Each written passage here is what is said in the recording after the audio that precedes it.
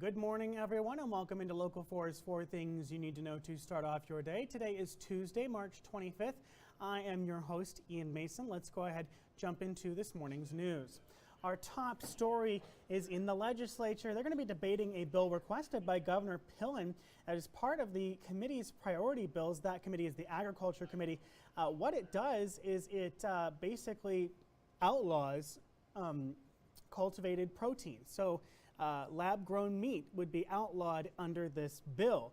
What it says is cultivated protein food product means a food product having one or more sensory attributes that resemble a type of tissue originating from an agricultural food animal, but that, in lieu of being derived from meat processing, is derived from manufacturing cells or non-animal sources, including a process in which one or more stem cells are initially isolated from an agricultural food animal, are grown in vitro, and may be manipulated as part of this manufacturing operation. Now, if you're like me and don't speak that version of English, that is okay. So basically what this is doing is it is outlawing certain types of grown meat. So if it's not from an animal, it would not be allowed to be sold in the state of Nebraska. Let's go ahead, get this text up here. I just had to find it on my computer over here. So here is the text exactly that I just read.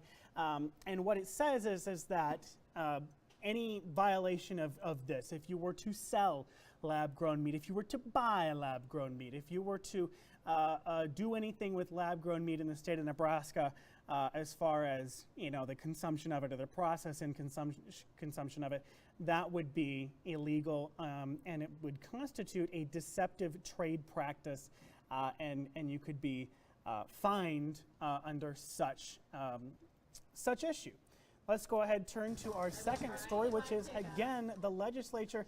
They are also going to be debating changing the minimum wage increase from last year that was passed by voters, which is why you're seeing grocery and voting VO, of course. So let's go ahead, let me get this bill up here and we can talk about some of the things that it does. I've previously done a deep dive into this topic, so I'm not going to go too in-depth here, but there's a couple things this bill does. It basically, the bill that was passed would make the cost of living increase the same as how the minimum wage was raised every year after it hits $15. However, this bill caps that cost of living increase at 1.5%. It also sets some minimum wages for people under the age of 18. So those are the two big things about it. Let me double check, make sure there's nothing else in here I'm missing. It also does add protections against businesses cutting hours for employees. So if you are a 40-hour worker, they cannot cut your wages and then replace you with someone who is younger who makes less money. Let's go ahead and turn to our third story here. The Kearney Volunteer Fire Department battled a massive fire yesterday. You're watching footage from News Channel Nebraska, so big shout out to them for getting that to us. Basically, was a massive fire that did a lot of damage. It was basically a fire in a tree line approaching a home. It was just off Delk Hill Road, about 3 miles west of the FD. Work to defend the home. Mutual aid was provided by the Amherst Fire Department. Then multiple other departments were requested for aid, including the State Wildland Incident Response Assistance Team. So we're still getting the exact number, but 7 fire departments may have responded to this fire if we're reading them correctly. Approximately a dozen area farms responded with tractors and discs to assist with fire breaks and smoke to flames. Other farmers and ag companies responded with water tankers to assist. It took several hours to control. The fire is estimated to burn 640 acres.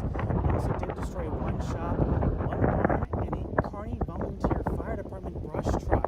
So definitely a devastating fire yesterday. Let's go ahead and check the forecast now. We see temperatures up at the 69 range for today. Not too bad outside, pretty nice. We're going to see those temperatures continue to raise over the next few days. We will have some clouds, so it depends on how warm we're really going to get as if we have clouds. Notice the sun sets about 7 o'clock. That's also when we stop having clouds. So, of course, that's when we're going to lose a lot of our heat As we look at the low tonight, we are in the 30s again. Tomorrow, temperatures in the 70s, lows in the 40s and 50s, highs in the 80s on Thursdays and Friday with lows in the 50s and 40s. However, those lows are going to decrease Saturday night into Sunday as we have a strong cold front come through. That cold front could bring some thunderstorms on Friday. Now, I don't think these are going to be severe, but we could see some thunderstorms Friday night, Saturday morning. Then those thunderstorms making way for rain Saturday and even snow possible on Sunday. However, that high on Sunday, 43 degrees, low of 31, low of 26 on Monday morning. I'm really not expecting any of that to turn into anything that is snow-based, anything that is rain-based. I'm not too worried about that, so I would assume that we should be okay. That's going to do it for me. You can catch the latest news right back here on our streaming service at 11:30, 5, 6, and 10. Have a great day.